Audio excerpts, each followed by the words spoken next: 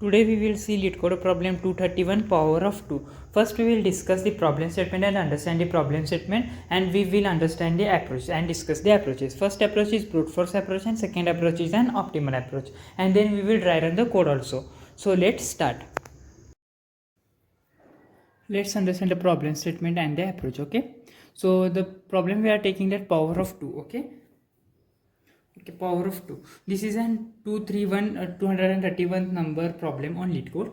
So input is given that n is equal to 1 if its power is equal to 2 raised to power. Okay, so means I will explain neatly. So here the given on n is 1. Okay, so 2 raised to 0 is equal to 1. So we return 2 and true. Okay, so now here n is given 16. So 16 is the output of 2 raised to 4. Okay, so means it's the output of power of 2. Okay, so we return true. And here n is equal to 3, so 3 doesn't come in 2's power. Okay, so we return false. This is a very simple problem. So let's understand a brute force approach. In brute force approach, what we will do, simply we will use the AND gate. Okay, so here is an AND gate of 0 0 0 0 1 1 and 0 1 0 1. So here AND gate operation is that 1 and 1. If both inputs are 1, then output is also 1, and if one of the input is 0, so output is 0. So what we will do here, simply we will take n is equal to 8. This is a very first line of the code. Okay, so one line code. So here if n should be greater than 0, and we have to perform n AND gate n minus 1. So I will explain this. So n is an 8. Okay, so 8 in the bit, so it will look like this, this binary number.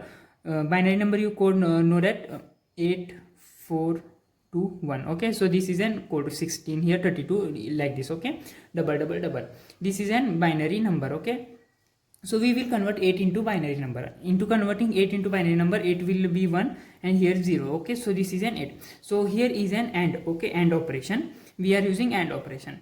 AND gate, you can also say AND gate and AND operation.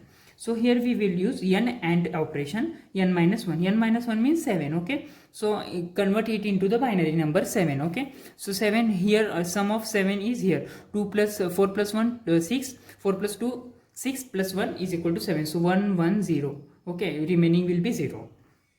So here its binary number is this. Okay, so what we will do, simply we will add the AND operation and we will check. Okay, so here is an AND operation. If both inputs are 1, then only output will be 1. So here 0 1 0 0 1 0 0 1 0 1 0 1. So output is 0. Okay, so we will convert this binary number into the decimal number again. Okay, so it will be 0.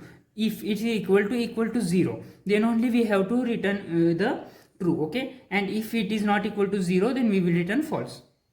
So we will take here n is equal to 10.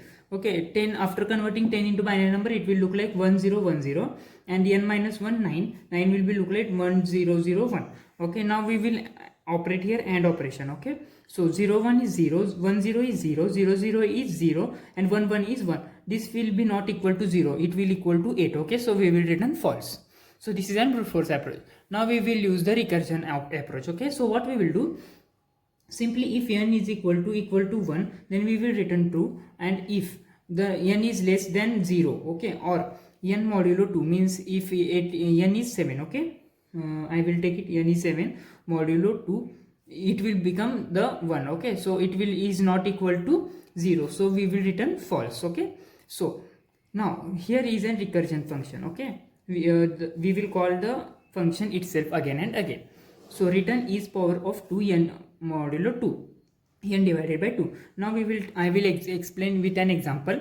So I will take n equal to 8. N is equal to 1. No, if n is less than 0, it is not 0, or 8 is 8 modulo 2, which is not equal to 0. Okay, because 8 is fully divisible by 2, so it will be also not return false. Okay, so it will come into this n divided by 2. So 8 divided by 2, which is equal to 4.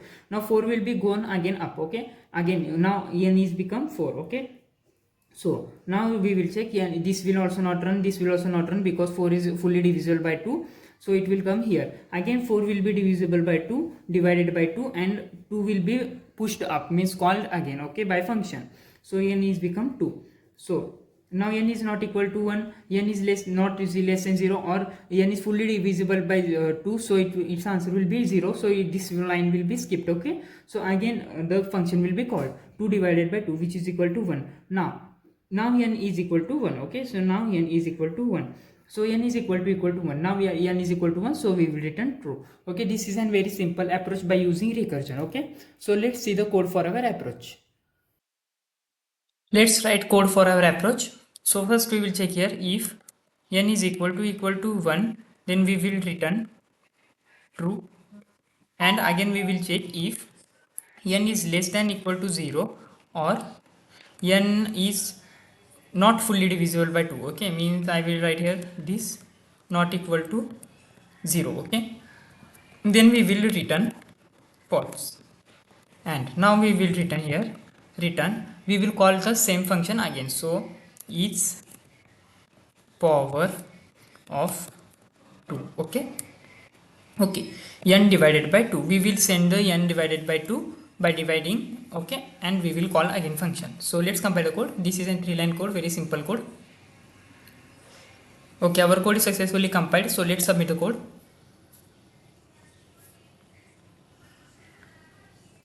So okay, our code is successfully submitted and there are 100% of bits. Okay, we have solved this problem by using recursion. Okay, so thank you guys for watching my video. If you liked my video, then like, share and subscribe. This was our day 43 of 100 days of code DSA challenge, and we are at second problem of recursion. This was also an easy level problem. Okay, after the building foundation of recursion, we will move to the medium level problems. Okay, so thank you guys for watching my video. If you liked my video, then like, share and subscribe.